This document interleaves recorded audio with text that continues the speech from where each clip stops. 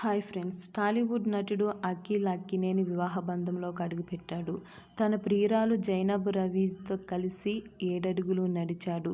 ఇదే విషయాన్ని చెబుతూ తాజాగా నాగార్జున గారు ఒక పోస్ట్ షేర్ చేశారు.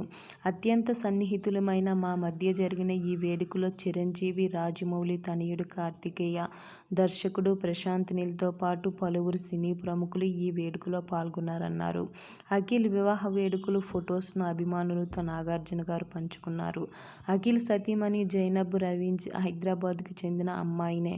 అయితే ముంబైలో స్థిరపడ్డారు. ఆమె తండ్రి జుల్ఫా రవీజ్ ప్రముఖ వ్యాపారవేత్త. 2 ఏళ్ల క్రితం ఒక ఫంక్షన్లో అఖిల్, జైనబ్ కలుసుకున్నారట.